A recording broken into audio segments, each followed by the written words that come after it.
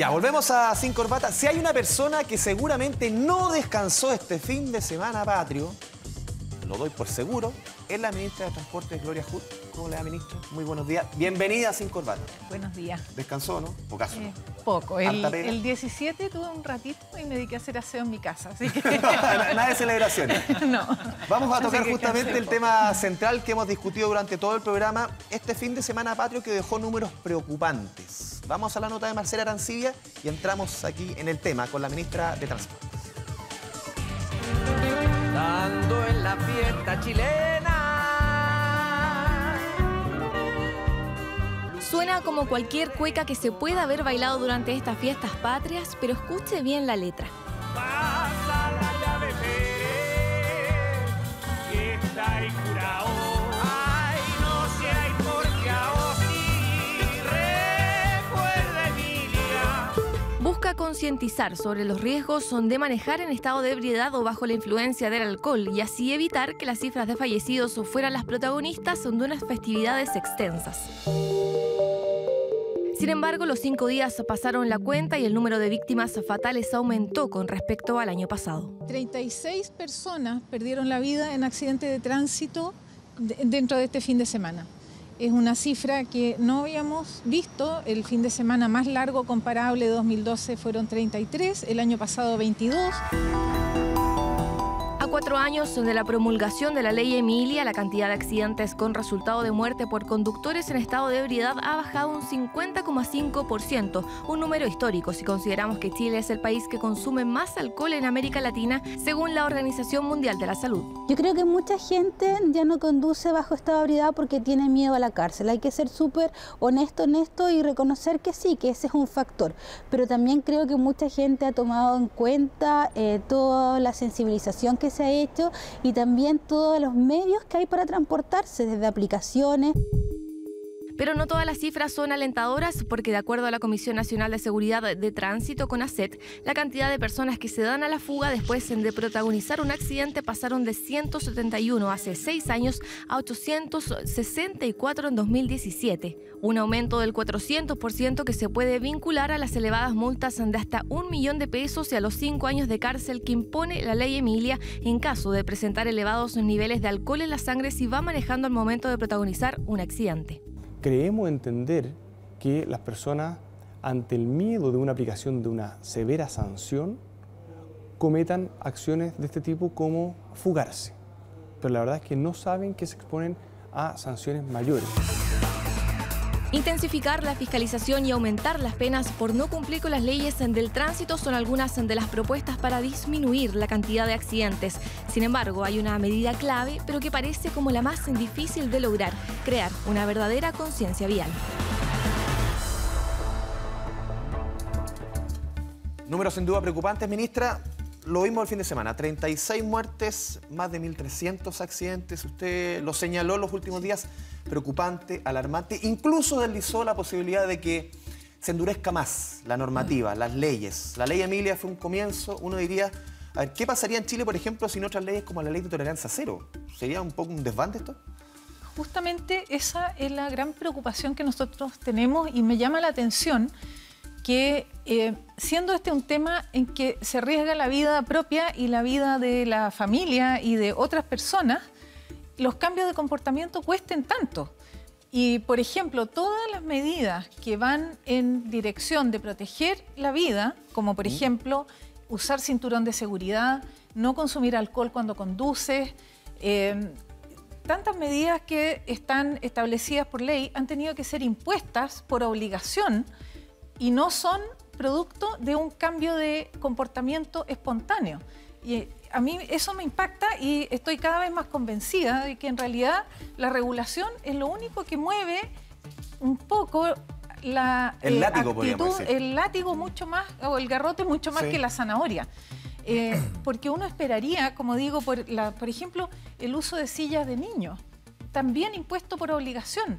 Cuando uno esperaría que los padres espontáneamente fueran los promotores más importantes, porque es una medida de seguridad que va a proteger la vida de los hijos. Para lo más importante que son los hijos. Pero no ocurre en esa forma. Entonces, a mí me impacta ver eso, que no hay un cambio de hábito espontáneo en la dirección de la seguridad, que hay que generarlo, y yo creo que es importante que nosotros, como política pública, pongamos este tema en un nivel de preocupación mayor. Que mueran 36 personas en un fin de semana por estas razones que acabamos de ver es un problema grave para el país. No puede ser que esto ocurra, porque en el 100%, en estas 36 casos, el 100% eran causas evitables.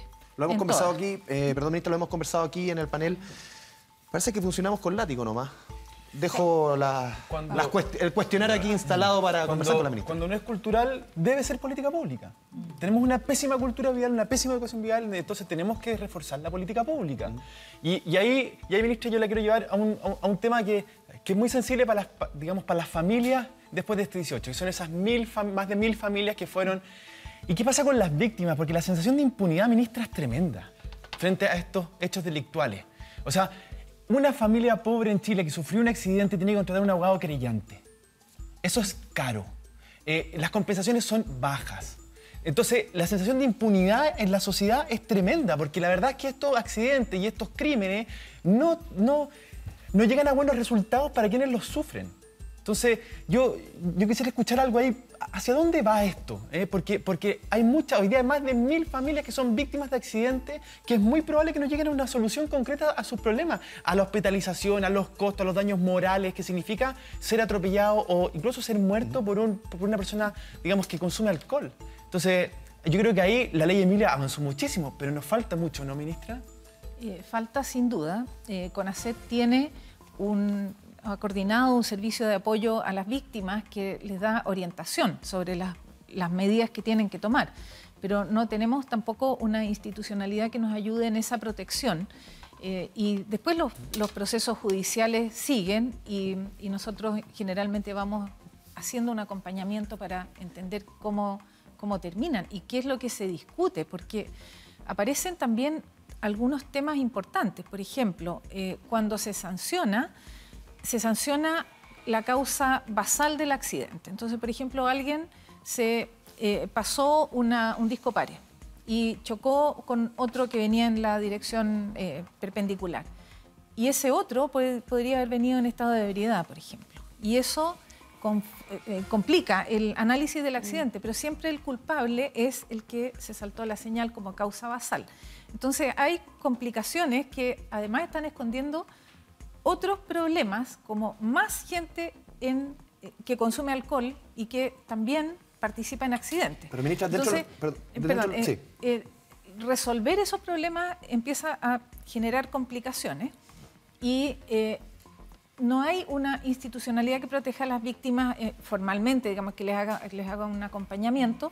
Sí, CONACET les presta el apoyo en las instrucciones, en cómo moverse, en a quién contactar, en fin. Pero se puede crear una figura, por ejemplo, un defensor nacional como existe en el Ministerio Público en temas de accidentes, o algo un poquito soñar despierto. Es un tema para discutir, pero a mi juicio, con lo que hemos visto y con lo que cuesta lograr estas mejoras y con los riesgos que siguen estando presentes, deberíamos hacer algo de mayor alcance con un conjunto de medidas nuevas que apunten a mejorar la seguridad vial. Algunas que son exigencias, otras son, por ejemplo, acompañamiento, pero las víctimas, bueno, cuando hay un proceso judicial existe el marco normativo que dice cómo avanza y cómo se desarrolla ese proceso. En eso no podemos intervenir nosotros. Tú planteabas, Marcela, pero sí hay acompañamientos posibles. Planteaba Marcela hace unos minutos que era el Estado el que debía un poco empujar el carro. Yo creo que en eso, ministra, le quería preguntar. CONACET hace campañas de formación, pero también está educación en los colegios y también las exigencias para hoy día poder conducir. Hoy día hay que tomar un curso para poder tener licencia, cosa que antes no era necesario. Sin embargo, quizás la educación, porque estamos recibiendo muchísimos autos, hay personas que por primera vez conducen, pero quizás sí se puede hacer algo en prevención. Y respecto a eso es la educación. ¿Qué están haciendo ustedes o qué están pensando hacer respecto a esa educación integral para que las personas que llegan a manejar estén en mejores condiciones para abordar ese desafío que es tan grande? Porque se juega la vida de ellas y de las personas cuando produce un accidente. En eso venimos trabajando desde hace tiempo. En el periodo anterior del presidente Piñera, yo fui subsecretaria de Transporte, así que trabajamos muy fuertemente con CONACET. Francisca Yáñez era la directora de CONACET en ese tiempo, y justamente apuntamos a, por ejemplo, cambiar el examen para obtener la licencia de conducir. Reprobar el examen era casi no... Era coser y cantar, como se hizo en Barcelona. No existía, o la probabilidad de reprobar era muy baja, no sé, menos de 5%.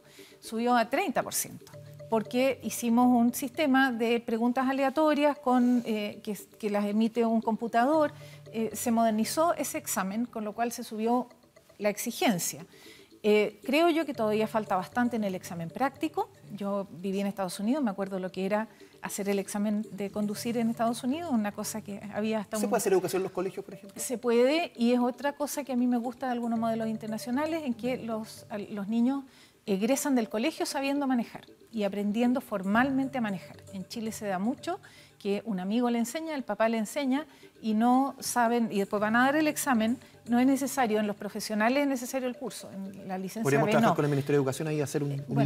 Ya estamos trabajando desde hace tiempo, y hay cursos de seguridad vial que están en los niveles básicos del currículum, donde se le enseña a los niños también a usar la vialidad.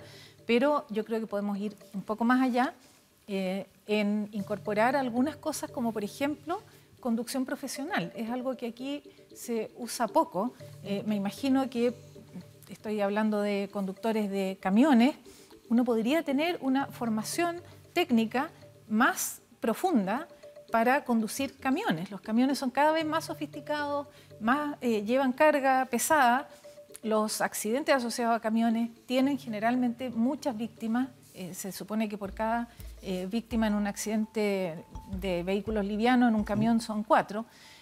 Hay un impacto muy grande. Entonces hay sí líneas de trabajo que tienen que ver con la formación, con que conducir un vehículo tiene que tener un respaldo y un entrenamiento adecuado. Sobre todo ahí sembrar la conciencia del riesgo que es propio y también del riesgo que se impone al resto, por ejemplo con la velocidad.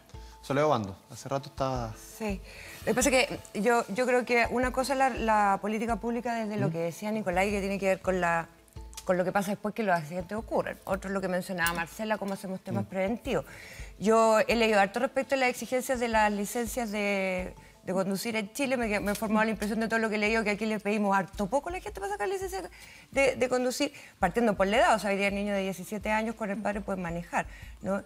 Y he leído también que en algunos países la experiencia lo que ha ido incorporando son otras evaluaciones que tienen que ver con el nivel de madurez también de las personas para poder subirse arriba de un vehículo y asumir y entender la responsabilidad que significa. En ese sentido, ministro, y también tomando el tema de la otra razón importante que tiene que ver con el manejo bajo la influencia del alcohol. ¿Usted cree que hay voluntad para legislar más duro respecto de eso? O sea, subir de forma más drástica las exigencias para obtener licencia de conducir por un lado, y segundo, aplicar medidas más drásticas para prevenir la conducción bajo la influencia del alcohol, como por ejemplo el alcoloc, que se ha usado en algunos países europeos. Es un dispositivo que se pone en el auto que tú no lo puedes hacer andar si no lo soplas, y te hace un alcotest al tiro, y si no, no funciona el auto, ¿no? ¿Puedo sumar una pregunta a eso? Muy corta. ¿Hay narcotest en Chile? Están en prueba, y eso lo está viendo la Subsecretaría de Prevención del Delito. Hay unas pruebas preliminares. Se puede subir las penas, pero ya están en el nivel máximo. Cuando uno manda los proyectos de ley al Parlamento y se aprueban, pasan por distintas comisiones, y los que tienen penas por procesos judiciales tienen que pasar por una etapa en la que se nivelan las penas con otros delitos, ¿no? Tiene que haber una consistencia. Uno no puede arbitrariamente aumentar las penas porque se descompensan con otros delitos. Así que están en un nivel máximo, y después con la ley Emilia incluso aumentaron. Hay penas de cárcel. Por eso es que a mí me llama tanto la atención que, por ejemplo, este fin de semana se detectó a más de 1000 personas conduciendo con los niveles sobre, o estaban bajo la influencia del alcohol o definitivamente en estado de ebriedad. Más de 1000 conduciendo en esas condiciones. Ministra, esto también es un tema que afecta a nuestra economía. A ver, el 60% de los accidentes laborales en nuestro país se producen en los trayectos hacia la pega. en la micro, en el auto, en el trayecto, en el camino se la pega, en la bicicleta, en el medio que sea. Esto afecta a nuestra economía. Leonardo Daneri, ¿cómo planteamos, cómo construimos cuando esto realmente golpea? Porque uno ve el accidente, uno se queda ahí, pero esto, lo decíamos al comienzo, 3 puntos del PIB cuestan a la economía chilena, más o menos, los accidentes de tránsito. Bueno, efectivamente, hay una serie de herramientas que hay que usar. Si me pongo el sombrero de director de la Mutual de Seguridad, efectivamente, los empresarios hemos aprendido a cuidar a nuestros colaboradores en el lugar de trabajo, pero se nos están muriendo en la ida y vuelta de sus casas al trabajo. Hay que hacer la prevención y cultura. Pero yo quiero llevar a la ministra a otro tema, que es un proyecto de ley que se llama CATI, que yo sé que a usted le gusta mucho, que tiene que ver con políticas públicas y con garrote. Sí. O sea, delante conversábamos que tenemos más de 5 millones de vehículos en Chile. Por lo tanto, es imposible que sigamos haciendo transacciones manuales con esos vehículos. Estoy hablando de multa, de la inscripción en el registro civil con la patente, de la licencia a conducir, del permiso de circulación, de las multas asociadas a exceso de velocidad, uso de vías exclusivas, no uso de tag en autopistas. Tenemos 10 millones de multas acumuladas en los tribunales, en los juzgados de policía local, que son imposibles de procesar. La ministra está impulsando un proyecto que resuelve, que digitaliza todo este proceso, y eso nos gustaría, ministra, que ojalá usted nos explique cómo va eso y que lo extendamos a todas las áreas del uso de automóvil, porque, por ejemplo, hay una enorme cantidad de licencias, como hay 300 y tantas municipalidades que entregan licencias, hay muchas que son falsas, lo mismo sucede con los permisos de circulación. Entonces, la única manera de resolver este problema y aplicar el garrote cuando corresponde es una política pública que resuelva esto por esa vía. ¿Cómo va ese proyecto, ministra? Sí, el CATI es el Centro Automatizado de Tratamiento de Infracciones. Es uno de nuestros proyectos favoritos. Está en el Parlamento hace bastante tiempo. Ahora le subimos la urgencia para la discusión. Y consiste en un centro que a través de tecnología instalada con cámaras detecta algunas infracciones que pueden ser detectadas como, uno podría llamar como todo o nada, ¿no? Y específicamente controla velocidad, esa es la principal. Hay otras que hemos agregado ahora, el uso de pistas exclusivas de buses, que está en discusión, pero el que más nos importa es la velocidad. El control de velocidad con un mecanismo electrónico y que llegue la notificación de la multa inmediatamente después de cometida la falta, no sé, 2 días después, genera un cambio de conducta importante. Eso lo hemos visto incluso en las pistas que tenemos ahora de buses controladas. En la medida que nosotros hemos sido capaces de emitir infracciones muy rápido después de haber cometido la falta, se produce el cambio de comportamiento. Y eso ha sido muy efectivo en el mundo. En Francia, en España, lograron bajar más de 30% los fallecidos en accidentes de tránsito por causas de velocidad a través de mecanismos como este. Y esto consiste entonces en usar tecnología, de manera que la persona, si cometió una infracción de velocidad, estos son dispositivos que controlan específicamente a la velocidad que va cada vehículo, lo asocia con la patente, genera la notificación en caso de que estuviera circulando a exceso de velocidad, y no es más complicado que eso. La persona puede pagar por internet con un descuento de, me parece que es 30%, y puede también reclamarle al juez de policía local si es que tiene algún argumento. En algunos países lo que han hecho es que si alguien, después de recibir la notificación, va donde el juez con algún argumento y su argumento no era válido, le aumentan la pena, le aumentan la multa. Ministra, un tema de medio ambiente. Muy cortito, Marcela, muy cortito. Solo para completar el anterior, las licencias, nosotros, esa es otra línea de trabajo en que estamos también avanzando, en licencias además que puedan estar en bases de datos unificadas. Los permisos de circulación y las licencias para poder controlar rápidamente. Porque están, como existe en otros países. Eso se ha discutido, todavía no tenemos una postura sobre eso, pero nos parece que sacar adelante el CATI es una prioridad. Marcela, 20 segundos, se nos va el tiempo. Sí, perfecto. Quería preguntarle, ministra, ¿qué están haciendo para descarbonizar el sector transporte, considerando que eso es un factor determinante también en nuestro cuidado del medio ambiente? Sí.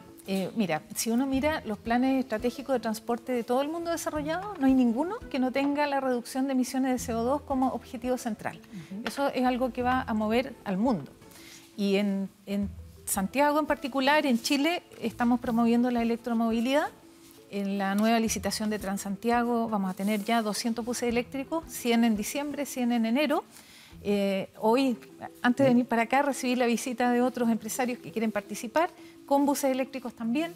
Así que yo creo que la electromovilidad es lo que nos va a hacer avanzar. Ministra, lo último, ¿hay algún trabajo coordinado con las mutualidades justamente para el tema de los accidentes laborales, esos que se producen en el trayecto, no en el lugar de trabajo? Estamos avanzando en un plan ambicioso que ya vamos a comunicar, pero es algo de mucho mayor alcance. Como yo decía, con las cifras que tuvimos este fin de semana... Un adelanto, por lo menos, tomando las cifras, un adelanto, porque es importante, le afectan, es el 60% de los accidentes en el trayecto. Sí, es que va más allá que solo los accidentes de trayecto. Hay mucho más que hacer también en el trabajo con estadísticas, el registro de los datos. Cuando vemos que los datos de accidentes se registran de maneras distintas entre Carabineros, Ministerio de Salud, después lo recibe CONACET y lo procesa. Eso también impide tener metas más claras. Hay temas de educación, temas de documentación y base de datos unificada. Yo creo que son muchos los ámbitos en los que tenemos que trabajar. Hay harta pega que hacer, un tema que nos va a seguir ocupando y preocupando. Ministra, muchas gracias por venir a este capítulo de Sin Corbata. ¿Le puedo decir algo a la ministra? ¿Le puedo decir algo a la ministra? Muy corto. 10 segundos. 10 segundos. Cortito. No solo, mire, ministra, es que ella lo representa también. Si sumamos el desafío de incorporar a las mujeres al mundo laboral, más disminuir los accidentes de tránsito, 3% del PIB, más 9% del PIB. Así que, ministro, usted y la ministra Pla tienen... Lo tomo. Vamos le agradecemos a la ministra su presencia aquí en Sin Corbata. Vamos a la segunda pausa aquí en el programa. Volvemos en segundos, aquí a TVN.